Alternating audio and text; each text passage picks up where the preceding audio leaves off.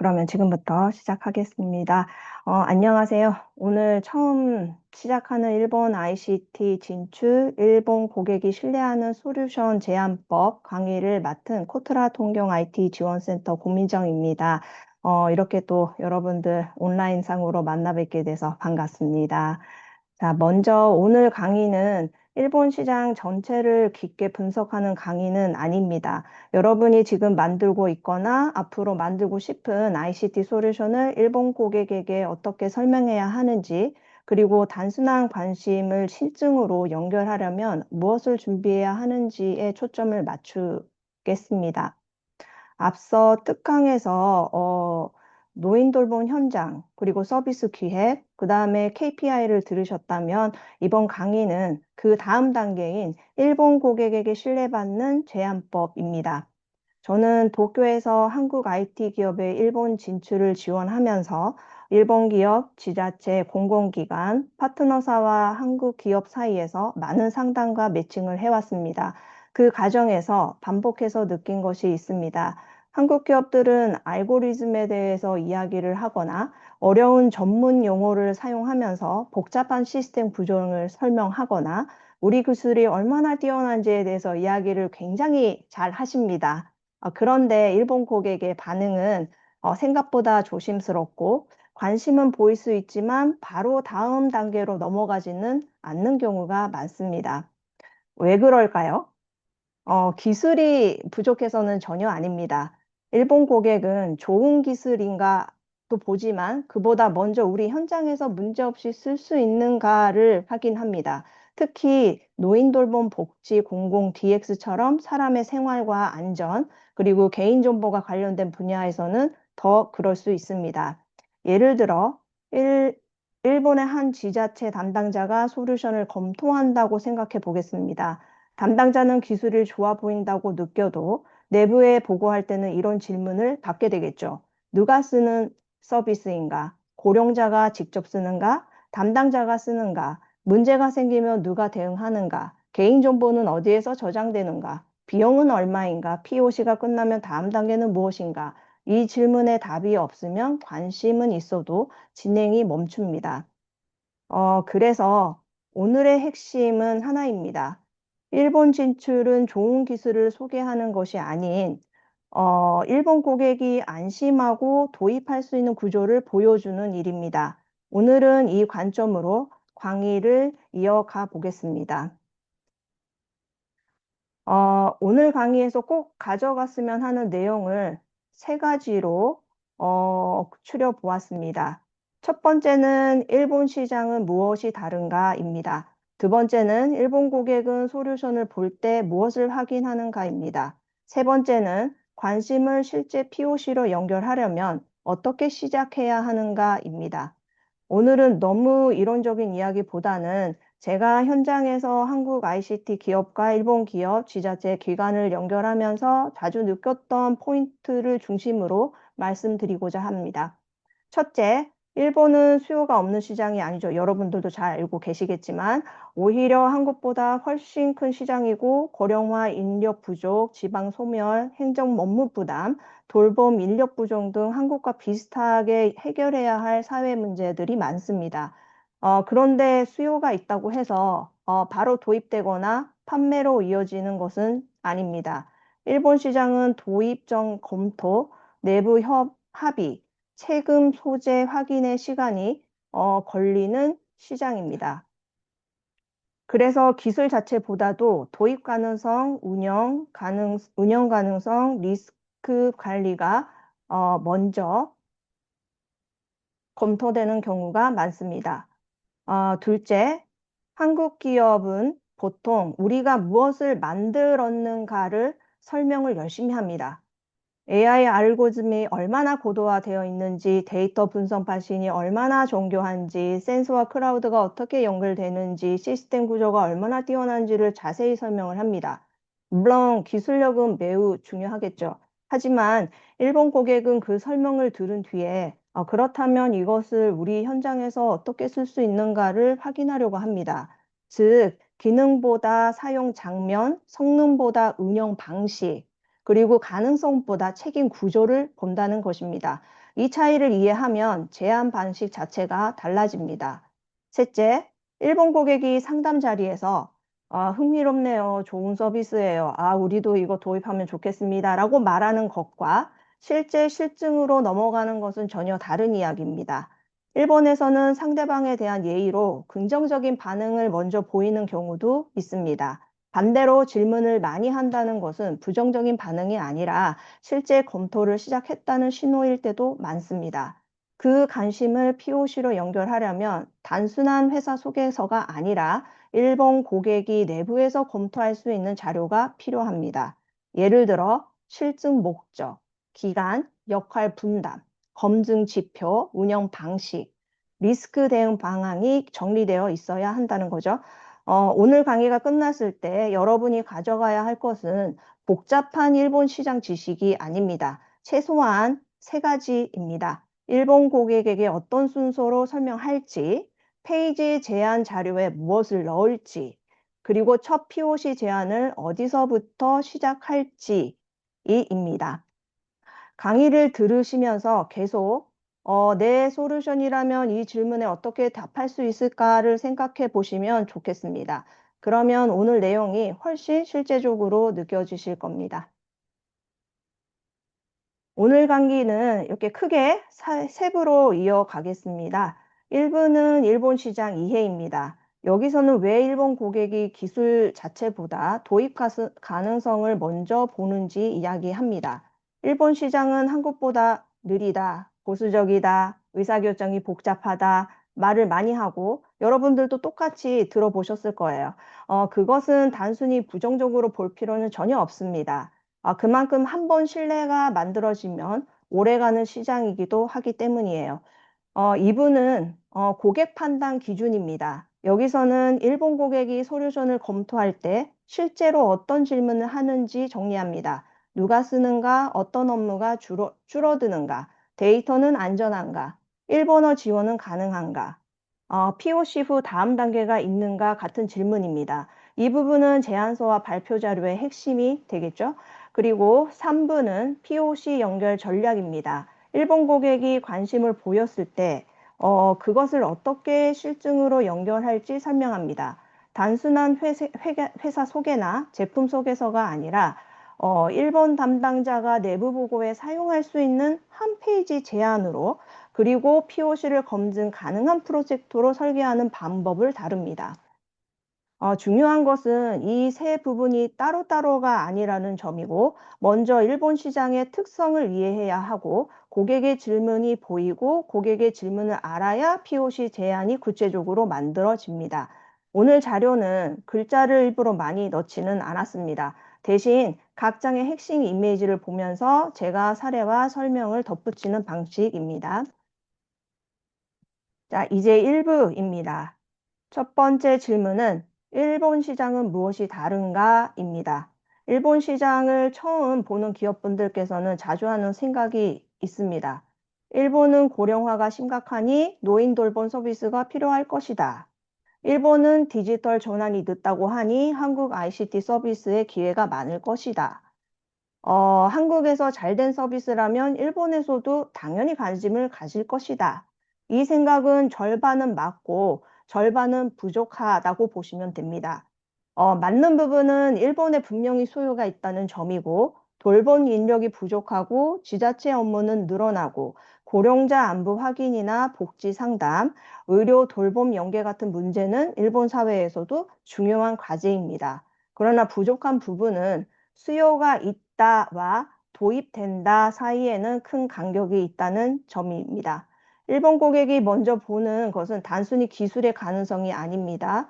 이 서비스가 실제 현장에 들어왔을 때 누가 담당할 것인가, 기존 업무와 충돌하지 않는가, 현장 직원이 부담을 느끼지 않는가, 문제가 생기면 누가 책임지는가, 예산과 규정에 맞는가를 함께 봅니다. 예를 들어서 복지시설에 새로운 앱을 제안한다고 생각해 보겠습니다.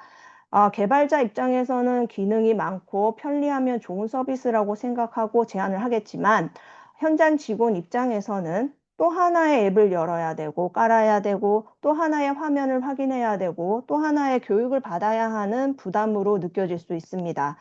고령자에게 직접 쓰게 하는 서비스라면 더 많은 확인이 필요합니다. 글자 크기는 충분한지, 조작 방식은 쉬운지, 가족 동의는 필요한지, 개인정보는 어떻게 설명해야 할지까지 생각해야 합니다.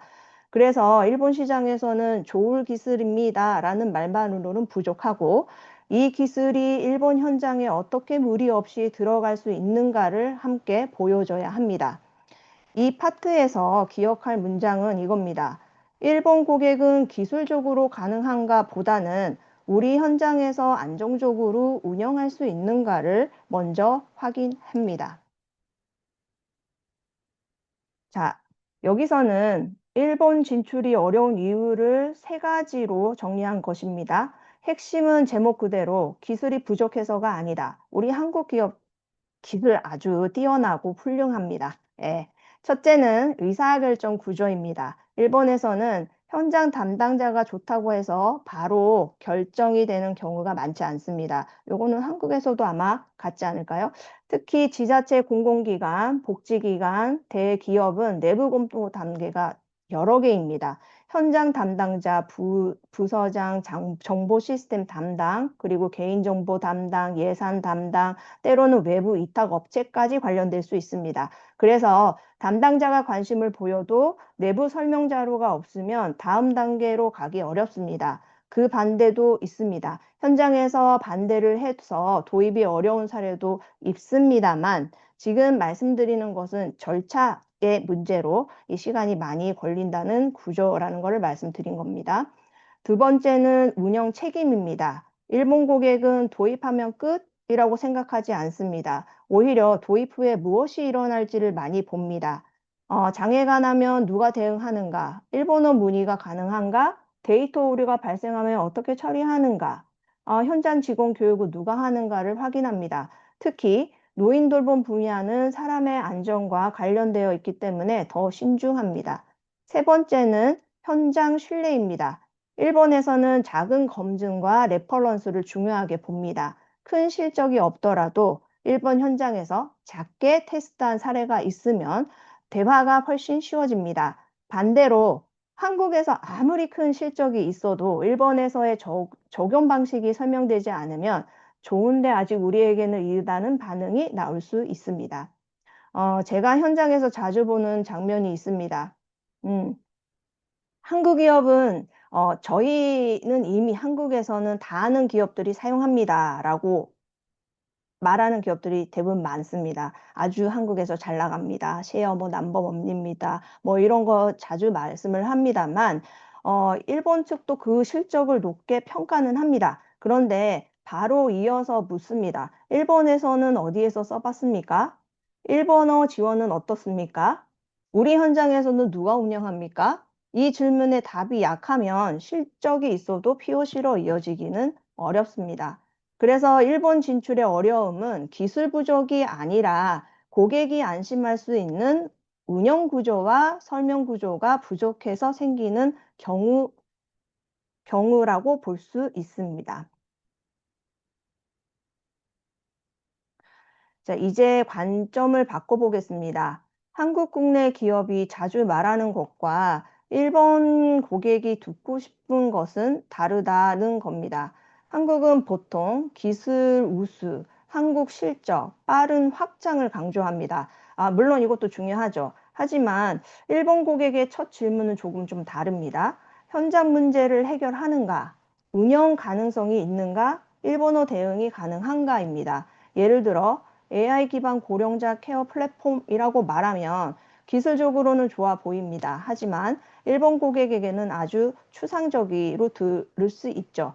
반대로 지자체 복지 담당자의 안부 확인 업무를 줄이고 독거노인의 이상 징후를 조기에 파악할 수 있도록 돕는 서비스라고 말하면 사용 장면이 보이죠. 누가 쓰는지, 어떤 업무가 줄어드는지, 왜 필요한지가 훨씬 명확해집니다. 일본 고객은 솔루션을 볼 때 머릿속으로 실제 현장을 상상을 합니다. 이 서비스를 아침 업무 전에 확인하는가, 상담 창구에서 쓰는가, 시설 직원이 태블릿으로 입력하는가, 가족에게 알림이 가는가, 기존 시스템과 같이 쓰는가 같은 장면을 떠오른다는 거죠. 따라서 일본 진출 자료는 기능 중심이 아니라 현장 가치 중심으로 바꿔야 합니다. 기능을 숨기라는 뜻은 절대 아니고요. 순서를 바꾸라는 뜻입니다. 먼저 문제와 사용자, 그 다음 변화와 효과, 마지막에 기술을 설명하는 것이 좋습니다. 핵심은 이것입니다. 일본 고객에게는 우리가 무엇을 만들었는가를 보여주기보다 고객의 현장이 무엇이 좋아지는가를 먼저 보여줘야 합니다. 자, 이제 2부로 넘어가겠습니다. 1부에서는 일본 시장이 왜 도입 가능성을 먼저 보는지를 이야기를 했습니다. 2부에서는 일본 고객이 실제로 무엇을 확인하는지를 보겠습니다. 여기서 중요한 단어는 고객 시선입니다. 개발팀은 솔루션 안에서 봅니다. 솔루션을 안에서 본다는 거죠.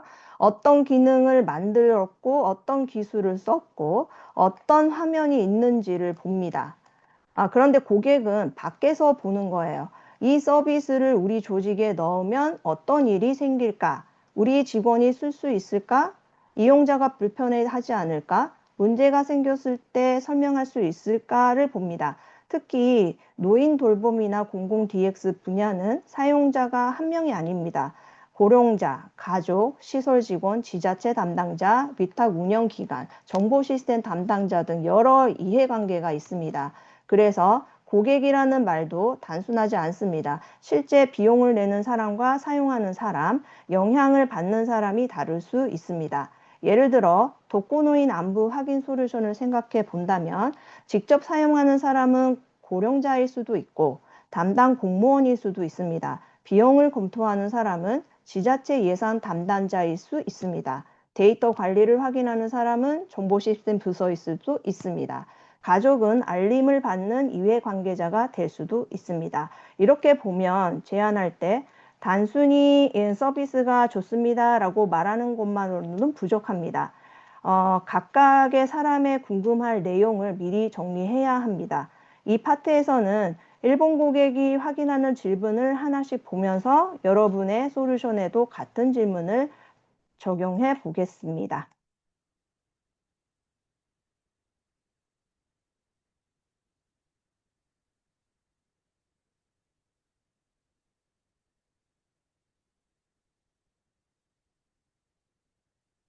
일본 고객이 확인하는 대표적인 질문은 5가지로 정리할 수 있습니다.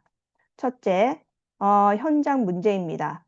일본 고객은 무슨 기능이 있습니까? 보다는 먼저 우리 현장에 어떤 문제를 해결합니까?를 묻습니다. 특히 노인 돌봄에서는 인력 부족, 기록 업무 부담, 안부 확인 누락, 이상 징후 발견 지연, 가족과의 정보 공유 부족 같은 문제가 있을 수 있습니다. 문제를 넓게 말하지 말고 좁게 말할수록 좋습니다. 둘째, 사용자 적합성입니다. 누가 실제로 쓰는가를 확인합니다. 고령자가 직접 쓰는 서비스라면 조작이 쉬워야 하고, 시설 직원이 쓰는 서비스라면 바쁜 업무 중에도 부담이 없어야 합니다. 지자체 담당자가 쓰는 서비스라면 내부 보고와 관리가 쉬워야 하겠죠. 셋째, 개인정보와 안전입니다. 고령자의 건강, 위치, 생활 패턴, 상담 기록과 관련된 데이터는 매우 민감할 수 있습니다. 일본 고객은 데이터가 어디에 저장되는지, 동의는 어떻게 받는지, 누가 볼 수 있는지, 사고가 나면 어떻게 대응하는지 확인합니다. 넷째, 일본어 지원입니다. 일본어 UI만이 아닙니다. 일본어 매뉴얼, 일본어 문의 대응, 일본어 제안서, 일본어 계약 운영 커뮤니케이션까지 포함됩니다. 일본 고객은 도입 후 의사소통이 가능한지 봅니다.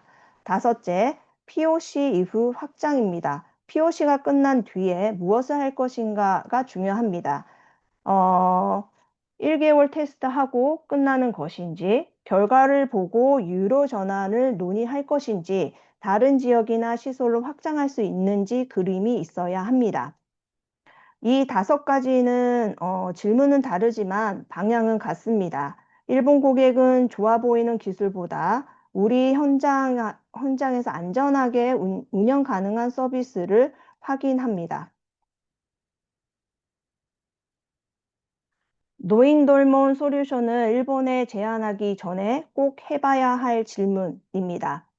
5페이지에서 일본 시장의 구조를 봤다면 여기서는 실제 제안 전 체크 질문으로 생각하시면 되겠습니다. 첫 번째 질문은 누가 쓰는가입니다. 고령자가 직접 쓰는 서비스인지, 가족이 쓰는 서비스인지, 시설 직원이나 지자체 담당자가 쓰는 서비스인지에 따라 설명 방식이 완전히 달라집니다.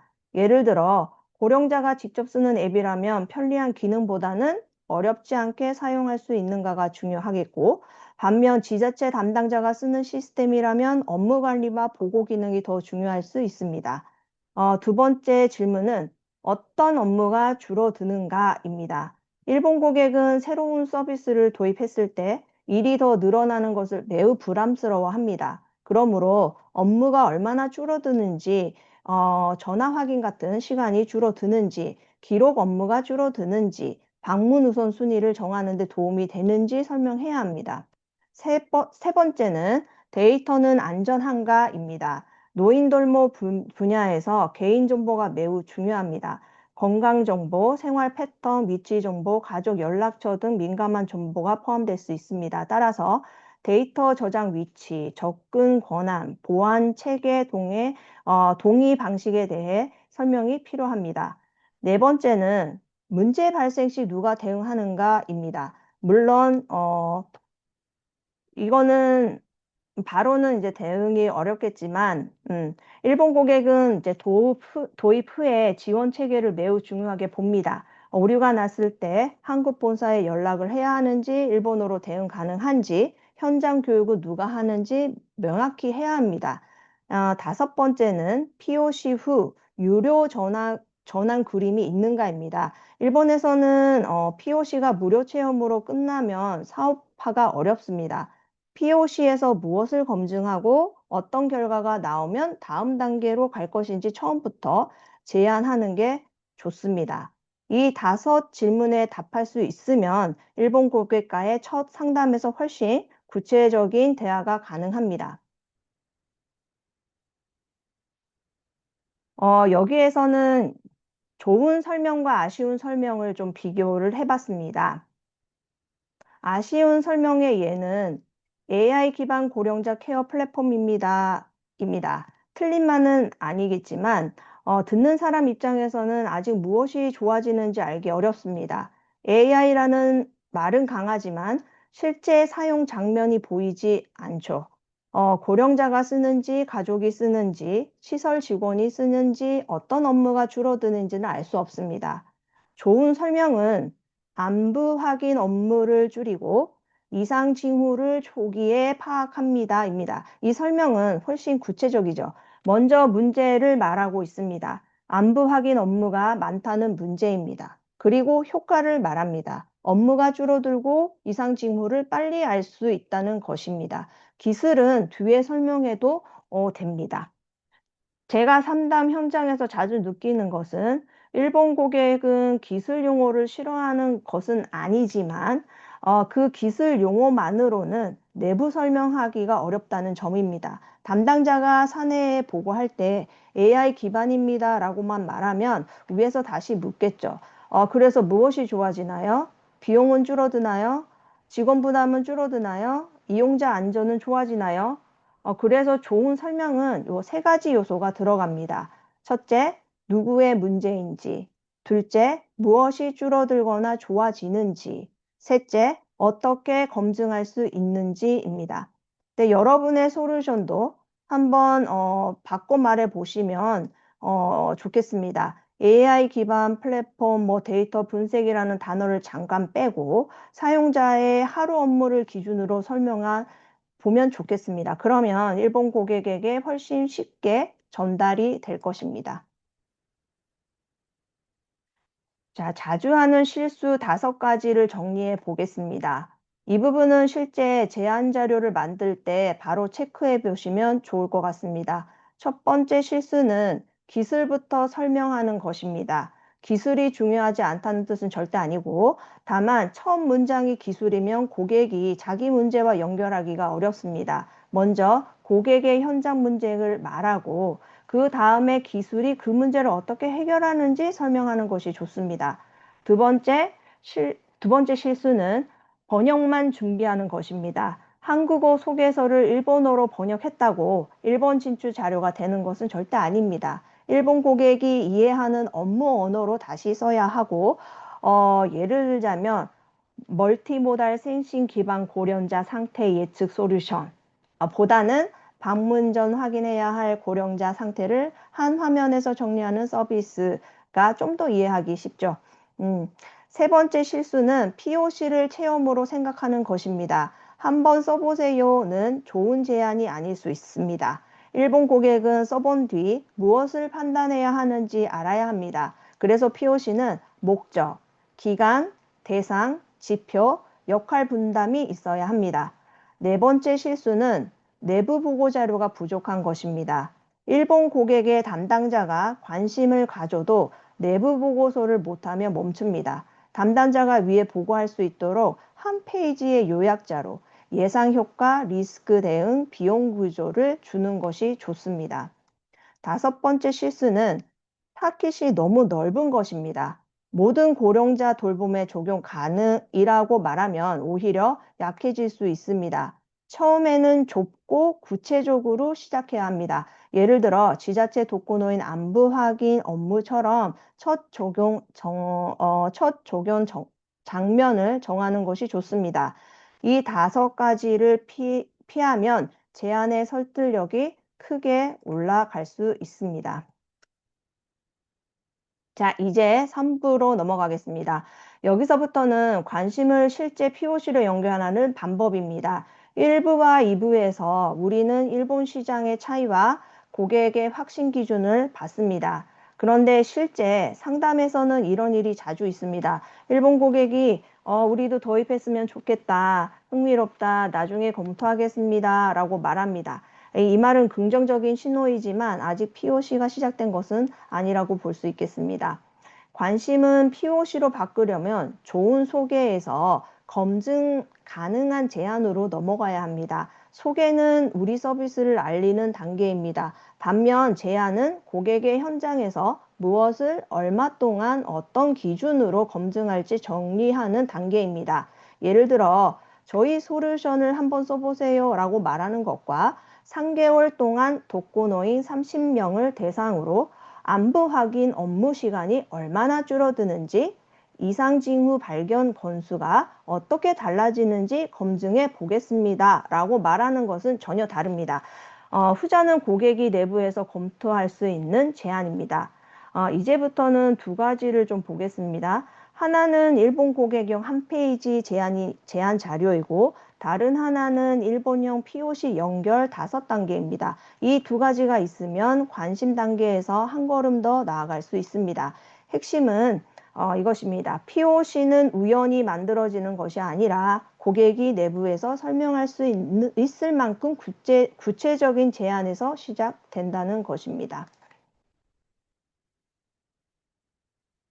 자, 일본 고객용 한 페이지 제안 자료 안에는 반드시 들어가야 할 요소가 있습니다. 왜 한 페이지가 중요할까요? 요거는 일본 담당자가 내부 공유를 해야 하기 때문입니다. 긴 회사 소개보다 한 장으로 핵심이 정리된 자료가 더 강할 때가 많습니다. 첫째, 현장의 문제입니다. 고객이 직면한 핵심 과제를 첫 부분에 써야 하고, 예를 들어 독거노인 안무 확인 업무가 담당자에게 부담이 되고 이상 징후 발견이 늦어질 수 있음처럼 구체적으로 적습니다. 둘째, 주요 사용자입니다. 누가 쓰는지 명확히 해야 합니다. 고령자, 가족, 복지 담당자, 시설 직원, 지자체 관리자 중 누구를 핵심 사용자로 볼 것인지 정해야 합니다. 셋째, 솔루션 개요입니다. 여기서 처음으로 기능을 설명합니다. 다만 기능 나열이 아니라 현장 문제를 해결하기 위한 핵심 기능 위주로 씁니다. 넷째, 기대 효과입니다. 가능하면 정량 효과와 정성 효과를 나눠서 씁니다. 예를 들어 확인 업무 시간 감소, 기록 누락 감소, 담당자 만족도 향상, 가족 안심도 향상 등이 될 수 있습니다. 다섯째, POC 제안입니다. 기간, 대상, 방법, 성공 기준을 넣습니다. 기간은 1개월인지 3개월인지, 대상은 몇 명인지, 무엇을 측정할지 써야 합니다. 여섯째, 운영 지원 체계입니다. 일본어 지원, 현장 교육, 장애 대응, 보고 방식 등을 써야 되겠죠. 마지막으로 보안 개인정보와 다음 단계입니다. 일본 고객은 이 부분을 매우 중요하게 봅니다. 일본 데이터 저장 접근 권한, 동의 방식, POC 후 유로 전환 또는 확장 논의까지 간단히 넣어야 합니다. 좋은 한 페이지 자료는 회사 소개서나 어려운 기술 소개가 아닌 일본 담당자가 내부 보고에 바로 사용할 수 있는 자료이어야 합니다. 자, 일본형 POC 연결 5단계입니다.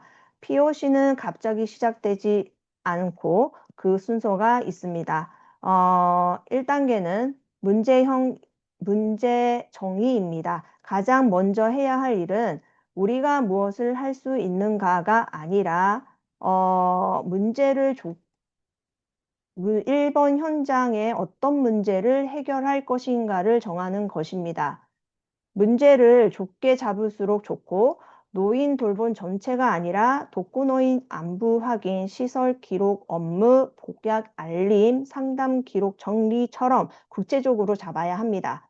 2단계는 현장 선정입니다. 모든 곳에 적용하려고 하지 말고 첫 현장을 정해야 합니다. 지자체인지, 복지시설인지, 병원인지, 기업 파트너인지에 따라 제안 방식이 달라집니다. 3단계는 제안 자료입니다. 앞에서 본 한 페이지 자료를 준비합니다. 고객이 내부에서 검토할 수 있도록 문제 사용자 효과 POC 조건, 지원 체계를 정리합니다. 4단계는 실증 운영입니다. POC가 시작되면 그냥 사용해 보는 것이 아니라 데이터를 모아야 합니다. 얼마나 시간이 줄었는지, 사용자 만족도가 어떤지, 오류나 불편 사항은 무엇인지 기록해야 합니다. 5개 단계, 5단계는 사례화입니다. POC가 끝난 다음에 결과를 리포트로 정리를 해야 하고 1번에서 작은 실증이라도 결과가 있으면 다음 고객에게 설명할 수 있습니다. 이 첫 사례가 다음 기회를 출발점이 됩니다. 일본 진출의 첫 목적은 큰 계약이 아니라 첫 사례 만들기입니다. 작은 POC라도 제대로 설계하고 결과를 남기면 이후 상담의 무게가 달라집니다. 자, 이제 참가팀 체크리스트라고 할 수 있겠네요. 강의를 듣는 것에서 끝이지 않고 여러분의 팀 프로젝트에 바로 적용해 보시면 좋을 것 같습니다. 첫 번째 질문은 1번의 어떤 현장인가입니다. 일본 시장이라고 넓게 말하지 말고 어느 현장인지 정해야 합니다. 지자체 복지관인지 고령자 시설인지 방문간호 현장인지 가족 돌봄인지에 따라 솔루션의 표현이 달라집니다. 두 번째는 누구의 업무를 줄여주는가입니다. 좋은 솔루션은 누군가의 부담을 줄여줍니다. 담당자의 그런 업무 시간을 줄여주는지 아니면은 가족의 불안을 줄여주는지는 분명히 해야 합니다. 세 번째는 POC에서 무엇을 검증할 것인가입니다. 단순히 써보는 것이 아니고 검증할 항목이 있어야 합니다. 업무 시간 감소, 오류 감소, 만족도, 대응 속도, 비용 절감, 이상 징후 발견을 등으로 잡을 수 있습니다. 네 번째는 일본어로 한 문장 설명이 가능한가입니다. 일본어가 완벽하지 않아도 좋습니다라고 하고 싶지만 일본어는 완벽하면 완벽할수록 좋습니다. 다만 일본 고객이 이해할 수 있는 정말 한 문장 구조 되게 중요하거든요. 이제 이 부분은 누구의 어떤 문제를 해결하는 서비스인지 이렇게 말할 수 있어야 합니다. 다섯 번째는 첫 실증처 후보는 어디인가입니다. 처음부터 전국을 확장을 생각하기보다는 첫 번째로 검증할 수 있는 기관이나 파트너를 상상해야 합니다. 이 5가지에 답할 수 있다면 1번 제안의 출발점이 보이겠죠. 답하지 못하는 부분이 있다면 그 부분이 앞으로 여러분들께서 보완해야 할 과제입니다. 자, 마지막으로 30초 설명 템플릿입니다. 이 템플릿은 실제로 여러분이 일본 고객을 만났을 때 첫 설명에 사용할 수 있는 구조입니다. 문장은 이렇게 시작합니다. 저희 솔루션은 일본의 어떤 현장에서 어떤 문제를 겪는 누구를 위해서 어떤 가치를 제공하는 서비스입니다. POC에서는 어느 기간 동안 어떤 지표를 검증합니다. 이렇게 문장을 만들어 보면은 어떨까 생각이 듭니다.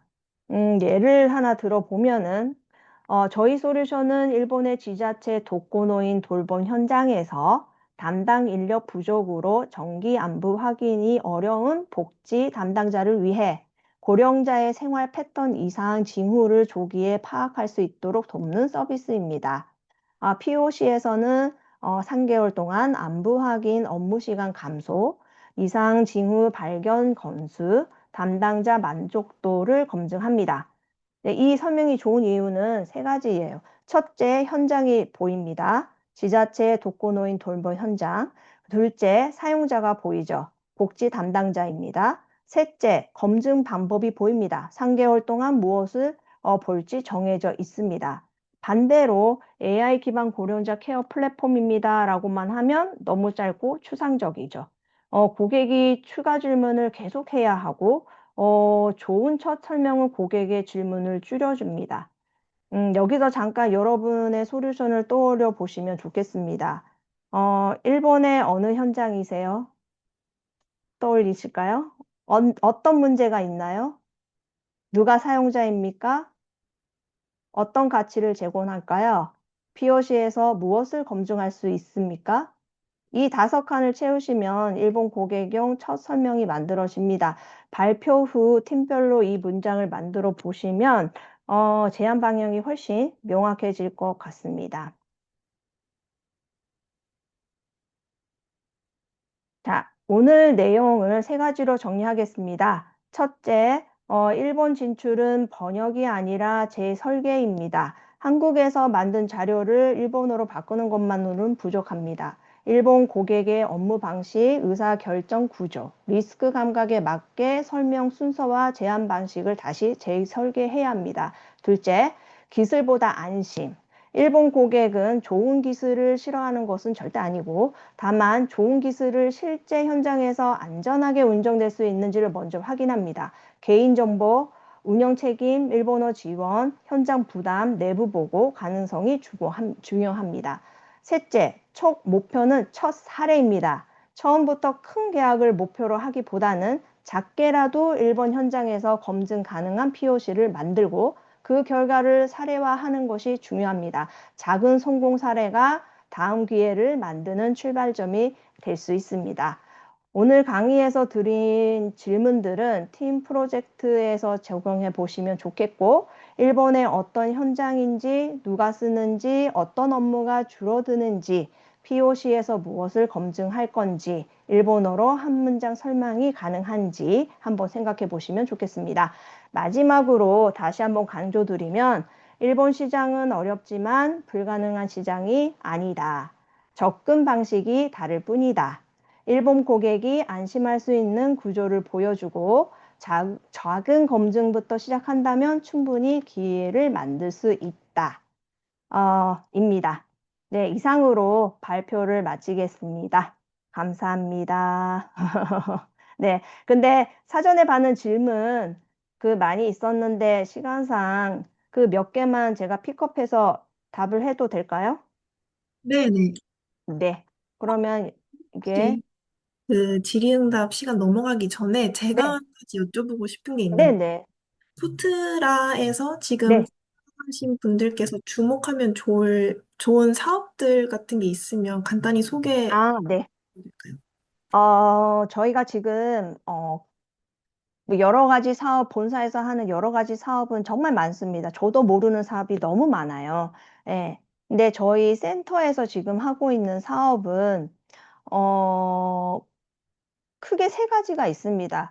여러분들의 그 솔루션을 발표, 안내할 수 있는, 알릴 수 있는 그런 저희 세미나 개최를 하고 있고, 또 하나는 여러분의 그 솔루션을 어디에 갖고 가면은 이게 먹힐까라는 이제 바이어 또는 파트너서를 이제 발굴해 드리는 매칭이 있고 또 하나는 여러분들의 그 첫 사례 만들기.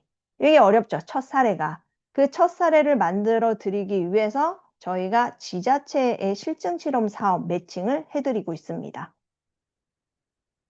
네, 답변 감사합니다. 네, 그러면 그 다음에는 이제 참가자분들께서 사전에 제출해 주신 그 질문 내용 바탕으로 차장님 네. 질문 읽어주시고 답변까지 해주시면 네네, 알겠습니다. 일단은 질문이 너무 많으셨어요, 사전에. 그래서 그거를 다 말씀드리기는 그렇고, 참가하신 분들이 좀 공통적으로 좀 알고 싶어 하는 질문일까라고 생각되는 질문을 좀 제가 뽑아보았습니다. 그래서 첫 질문으로는 한국 기업이 일본 시장에 처음 제안할 때 흔히 놓치는 부분이나 신뢰를 잃기 쉬운 포인트가 있다면 무엇인가요? 라는 질문이셨어요. 이거는 정말 많은데 그중에 그냥 크게 몇 개를 제가 뽑는다면 음, 한국 기업이 그 첫 고객을 만났을 때 이 고객의 니즈를 충분히 끌어내기 전에 본인들 회사 소개와 본인들 제품이 얼마나 좋은지를 먼저 전달해 버리는 것이죠.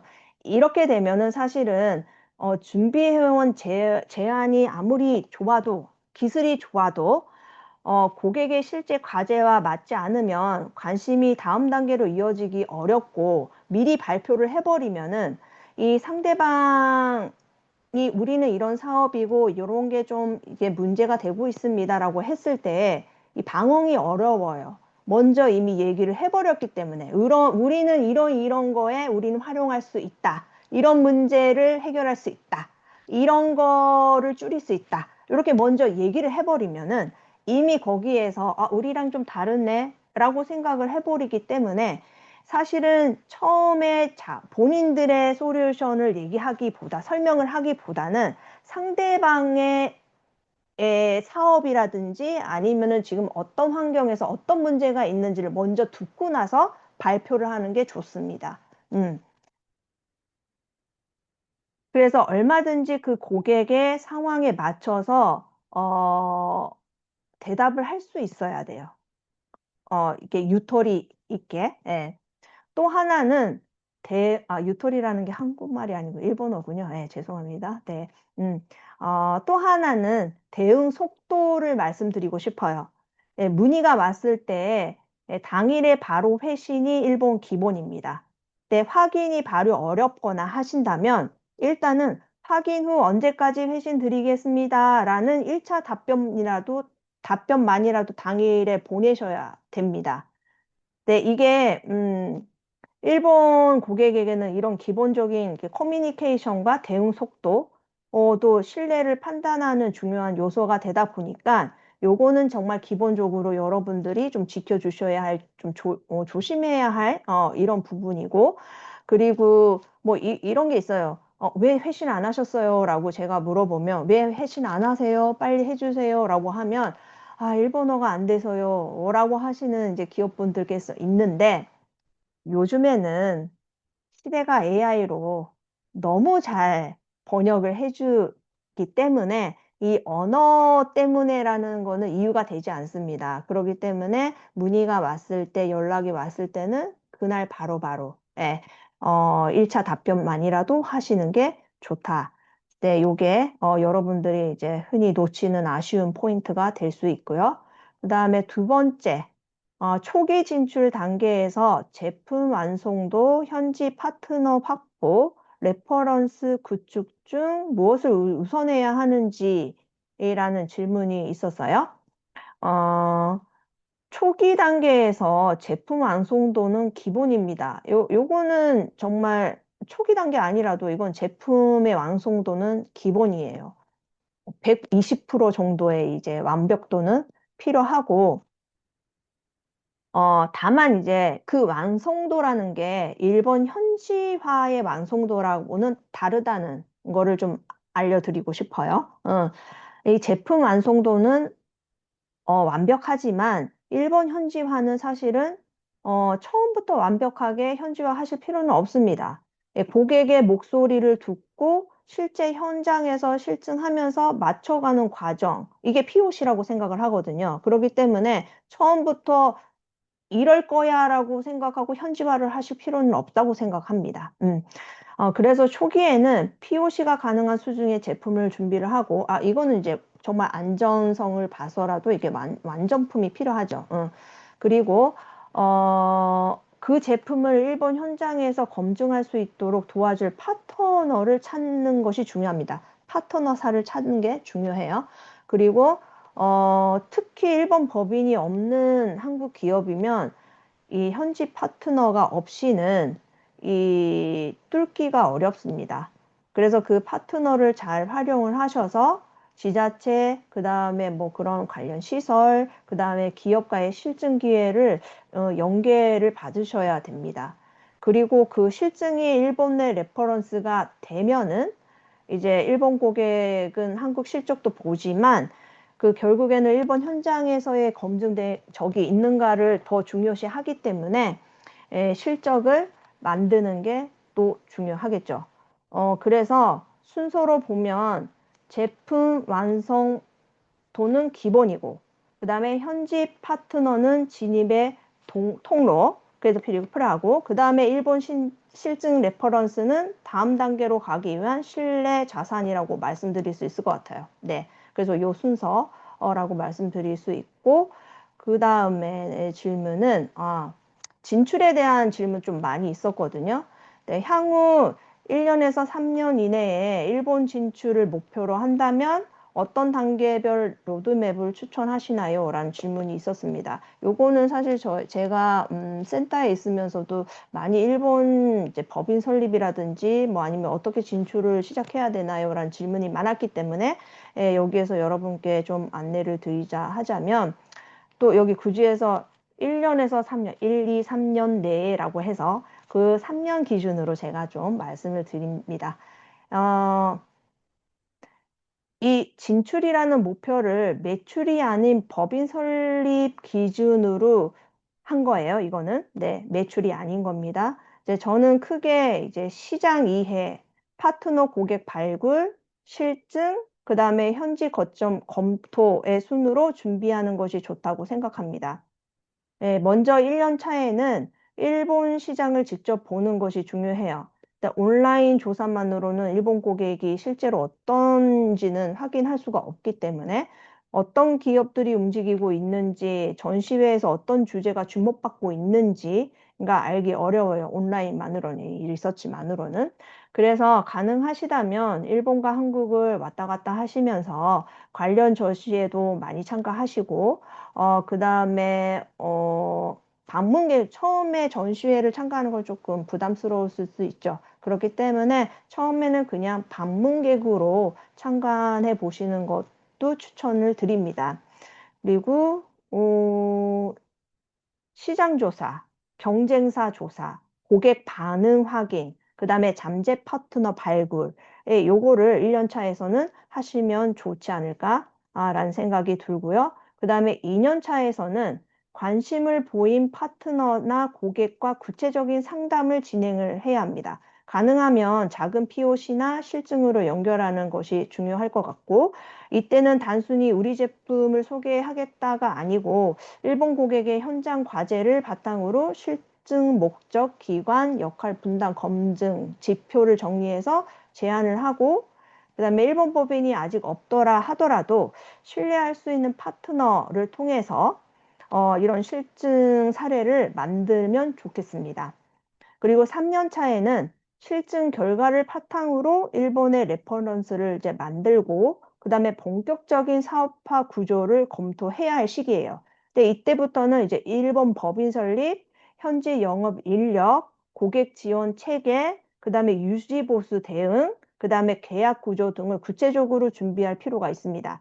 다만 법인 설립은 무조건 빨리 하는 것이 좋지는 않은 것 같아요.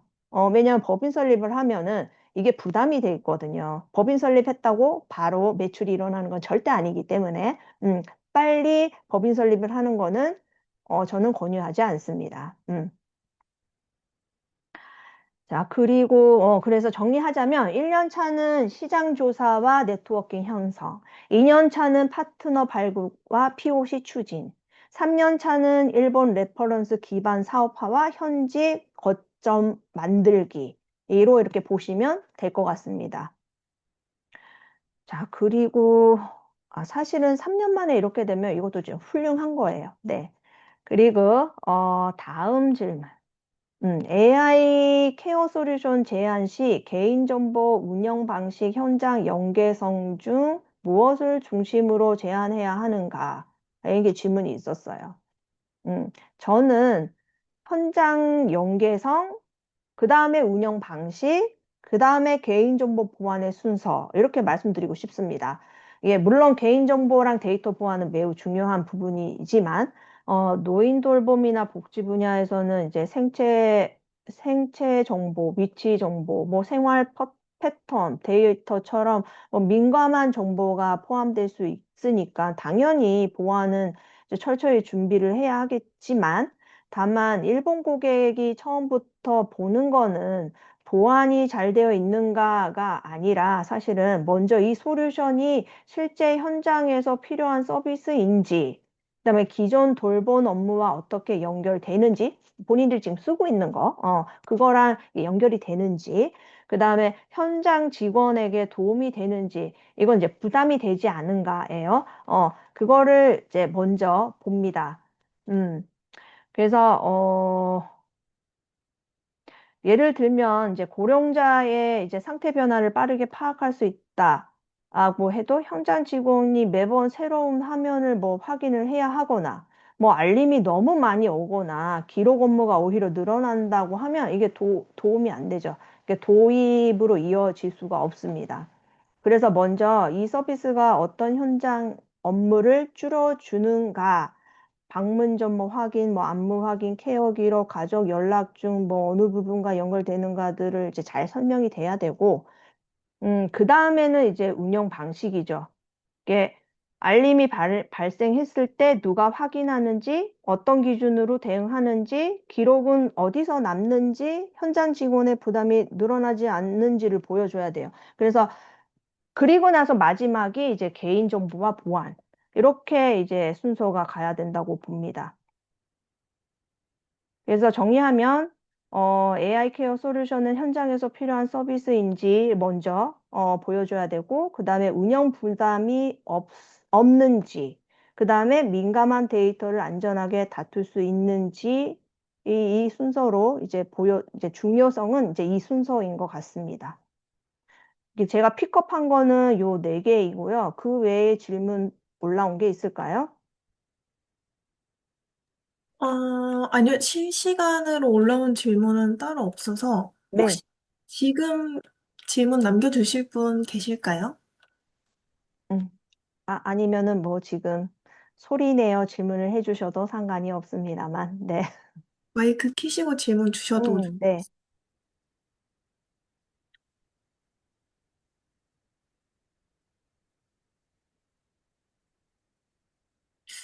따로, 아, 네. 박효준님께서,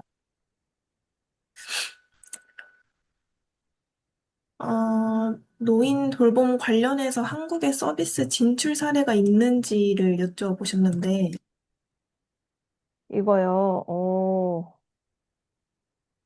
이거는 이제 하나가 있어요, 하나가. 근데 POC 단계입니다. 요거는 POC, 뭐, 직접 지금, 매출이 일어나고 있는 것까지는 제가 확인을 못했지만, 이제 하나는, 근데 이거 전에 바이털 DX에서 아마 설명해 주시지 않았을까요? 하셨나요, 혹시? 음, 없었나요? 확인을 해봐야 될 것 네. 요게, 어, 그 노인복지시설에 가면은 하루에 몇 번씩이나 이 체크를 해야 되고, 바이털 체크를 해야 돼요. 그래서, 뭐, 혈압, 그 다음에 뭐, 체온, 뭐 이런 걸 다 해야 되는데, 이게 너무 시간이 많이 걸리고, 그 다음에 그거를 다 기록을 해야 해서 이게 너무 부담이 된다는 거예요. 그래서, 옛날에 뭐 다른 제품을 써봤지만 그것 또한 정확하지 않고 너무 시간이 그것도 많이 걸린다. 그래서 요거를 너무 간단하게 더 간단하게 할 수 있는 솔루션이 없냐고 해서 한국 거를 소개를 해드렸더니 이제 그거를 지금 POC에서 적용하고 있고 그걸로 인해서 지금 많이 시간도 전략이 됐고 그 다음에 할머니, 할아버지들조차도 스트레스를 느끼지 않는다. 왜냐면 이게 비접촉으로 해서 스마트폰으로 이렇게 측정을 하는 거예요. 그래서 그 전에는 가서 뭐 잽니다. 뭐 이렇게 합니다. 뭐 올려주세요. 뭐 이걸 다 했었는데 그러지 않고 또 비접속으로 몇 초 만에 그거를 측정 가능하다라는 걸로 해서 매우 현장에서는 다들 좋아하셨고 또 그걸로 지금 POC를 잘 이어가고 있고 또 그거 갖고 또 다른 이제 시설이라든지 다른 병원이라든지 이런 곳으로 지금 영업을 하고 있는 걸로 알고 있습니다. 네. 그 다음은 이제 일본의 진출 시 지역별 우선순위를 음. 고려한다면 고령자 정책이나 신규 솔루션에 상대적으로 우호적인 지자체가 있는지 여쭤보셨습니다. 특별히 이렇게 나눠지지는 않은 것 같아요. 음, 음. 지역별 우선순위를 고려한다면이라고 했지만 지역별 우선순위는 별로 없다고 생각이 되고 음, 이 신규 솔루션에 상대적으로 우호적인 지자체가 있냐? 그렇다면은 모든 지자체가 우호적입니다.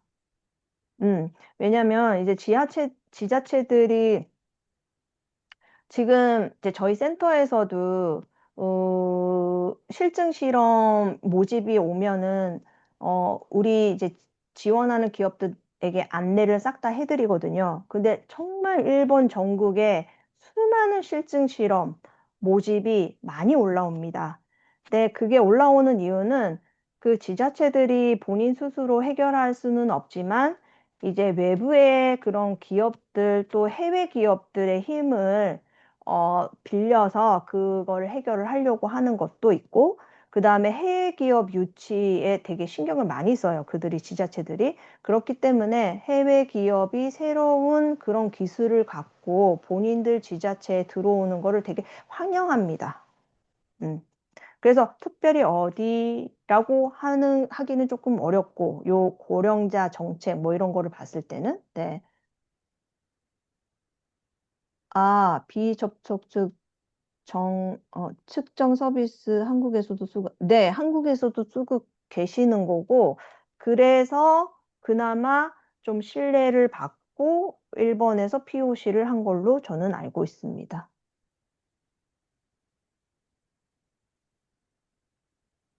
그러면 저희 시간 관계상 네, 질문 하나만 더 하고 네, 질문이나 혹시 차장님께 네, 구하고 싶으신 분들은 저희 콤플렉스 측으로 문의 네, 주시면 네, 답니다. 그러면 마지막으로 그 아까 코트라에서 지자체 네, 연계를 해주는 사업이 있다고 네. 말씀을 주셨는데 실증을 할 수 있는 서비스만 있다면 예비 창업자도 가능한지 또 실증 연계 시 구체적으로 어떤 지원이 되는 건지 이거 한번 답변 부탁드리겠습니다. 저도 몰랐는데요. 저희 코트라가 개인 사업자도 지원을 하시더라고요. 법인이 아닌 한국에서도 법인 취급인가요? 이게 개인 사업자도? 아무튼 개인 사업자도 저희가 지원 대상이더라고요. 그래서 예비 창업자라기보다는 개인 사업자 등록이 되어 있다면 저희가 지원 가능하다라고 이건 말씀드리면 될 것 같고 실증 연계 시 구체적으로 어떤 지원이 되냐? 요건데 만약에 뭐 언어가 안 된다 그러면은 예를 들자면 실증 실험에 이제 뭐 모집이 있어서 이제 거기다가 이런 거 넣고 싶어요. 저희가 어플라이 하고 싶어요. 했을 때 어플라이 하는 발표 자료부터 저희가 체크를 해드립니다. 요렇게 해서 제안하면 요거는 좀 안 될 것 같아요. 라고 이제 조언도 드리고 또 일본어 번역 내용도 다 체크를 해드리고 또 심지어는 마지막까지 가서 실제로 5분 발표는 있는데 그 5분 발표를 제가 해드릴 수도 있습니다. 예, 그리고 또 그게 선정이 된다면 또 현지에 가서 미팅을 해야 되는데 그 미팅 시에도 통역 지원도 가능하고 네, 그렇게 또 지자체들 저희랑 이제 자주 보고 지내는 지자체 분들도 또 많아요. 그래서 그럴 경우에는 또 뒤에서 실제로 이 제품 어때? 라고 좀 찔려볼 수도 있는, 예. 그래서 이게 어떤 면이 좀 불안해? 라고 해서 불안 요소를 저희들이 좀 사전에 좀 덜어드린다든지, 예. 그렇게 좀 이 브릿지 역할을 하는 지원, 이렇게 생각해 주시면 될 것 같습니다. 네, 네, 감사합니다. 그러면은 추가 질문 사항이나 그런 자문 받고 싶은 내용이 있으실 경우에는 저희 컴플렉스 측으로 문의 남겨주시면 제가 차장님께 전달 드릴 수 있도록 하겠습니다. 네, 오늘 감사합니다. 감사합니다. 오늘 일단 참가자분들께 꼭 필요했던 네, 일본 진출 솔루션 제안법을 전해주신 고민정 네. 차장님과 약간 긴 여정을 함께 해주신 참가자 여러분께 다시 한번 감사드립니다. 이것으로 4일간의 미니 특강 시리즈가 모두 마무리되었는데요. 세션을 종료하기 전에 참가자 여러분들께 부탁드릴 사항이 하나 있습니다. 지금 줌 채팅창에 만족도 조사 링크를 하나 올려드렸는데요. 이번 특강을 신청하신 목적이나 좋았던 점, 또 앞으로 콤플렉스에 바라는 주제 등을 생생한 의견 남겨주시면 감사하겠습니다. 그리고 더불어 저희 그동안 진행되었던 1회차부터 4회차까지 모든 강연들은 녹화 후에 추후 ICT 콤플렉스 유튜브 채널에 업로드 될 예정이니까 이후에 또 한 번 내용을 확인하고 싶으신 분들은 그거 참고해 주시면 감사하겠습니다. 그동안 저희 미니 특강 시리즈 참여해 주셔서 다시 한번 감사드리며 이것으로 한일 전문가 미니 특강은 종료하도록 하겠습니다. 감사합니다. 감사합니다. 들어가세요.